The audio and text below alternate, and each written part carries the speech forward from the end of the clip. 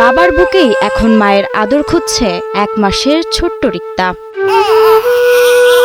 যে বয়সে মা ইশরাত জাহান মারিয়ার কোমল হাতে নরম কাপড়ে জড়িয়ে থাকার কথা ছিল, যে সময়ে থাকার কথা ছিল মায়ের বুকে রোমে, ঠিক সে সময়ই 1 মাসের এক দুধের শিশুকে ফেলে চলে গেলেন মা। ছোট্ট রিক্তা আক্তার এখন মায়ের আদর আর ভালোবাসা থেকে বঞ্চিত।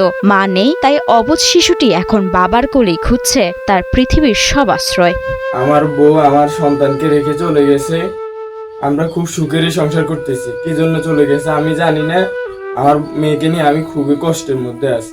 2024 সালের 11 মে ভালোবেসে কোর্ট ম্যারেজ করেছিলেন লক্ষ্মীপুর জেলার কমলনগর উপজেলার রাতুল ইসলাম রাফি ও ইশরাত জাহান মারিয়া। সুখের আশায় গড়া সেই সংসারে গত 1 এপ্রিল জন্ম নেয় এক কন্যা সন্তান। ভালোবেসে নাম রাখা হয় রিক্তা, কিন্তু সেই ভালোবাসার গল্প যে এভাবে থেমে যাবে তা হয়তো কল্পনাও করেননি রাফি। গত বৃহস্পতিবার সকালে শিশু রিক্তাকে ঘুমন্ত অবস্থায় রেখে টিকার কার্ড আনার নাম করে ঘর থেকে বের হন মারিয়া। এরপর আর ফেরেননি তিনি।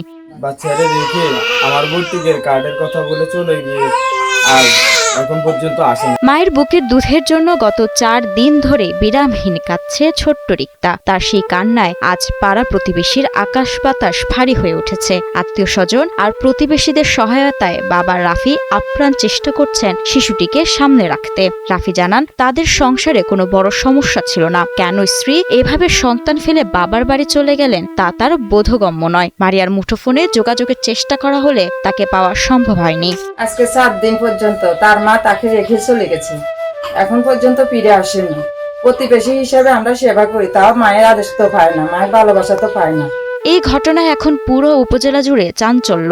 স্থানীয় ইউপি সদস্য দিলীপ বিশ্বাস জানিয়েছেন, মারিয়ার পরিবারের সাথে কথা বলে বিষয়টির সমাধানের চেষ্টা চলছে। কিন্তু প্রশ্ন হলো, বড়দের ব্যক্তিগত দ্বন্দ্ব, জেদ বা সামাজিক চাপের বলি কেন হবে এই নিষ্পাপ শিশুটি? মাতৃত্বের যে অমোঘ টান তা ছাপিয়ে কেন পালিয়ে যাওয়ার সিদ্ধান্ত নিলেন একজন মা? এখন মেয়ের বাবা রাখতে না, এখন এরা করছে আমরা কিনতে পারি তো, ঠিক আছে মেয়ে এখানে থাক। তখন আরো মেম্বাররা কল করছে, আরো মেম্বারকে আমরা এগুলো কথা কই। আমাদের সমাজে ব্যক্তিগত অশান্তির জাতাকলে পিষ্ট হয়ে সবচেয়ে বেশি অসহায় হয়ে পড়ে কোমল শিশুরা। সচেতনতা আর দায়িত্ববোধের অভাবে যেন আর কোনো রিক্তাকে মায়ের কোল থেকে বঞ্চিত হতে না হয়। এই নিষ্পাপ শিশুটির ভবিষ্যৎ যেন অন্ধকারে অতল গহ্বরে হারিয়ে না যায়, এটাই এখন সবার প্রার্থনা। পারিবারিক বন্ধন আর মানবিকতা যেন সব অভিমানকে ছাপিয়ে জয়ী হয়। ফিরে আসুক রিক্তার মা, শান্ত হোক একটি অবুঝ প্রাণের হাহাকার। মাহমুদা মুন্নি, 71।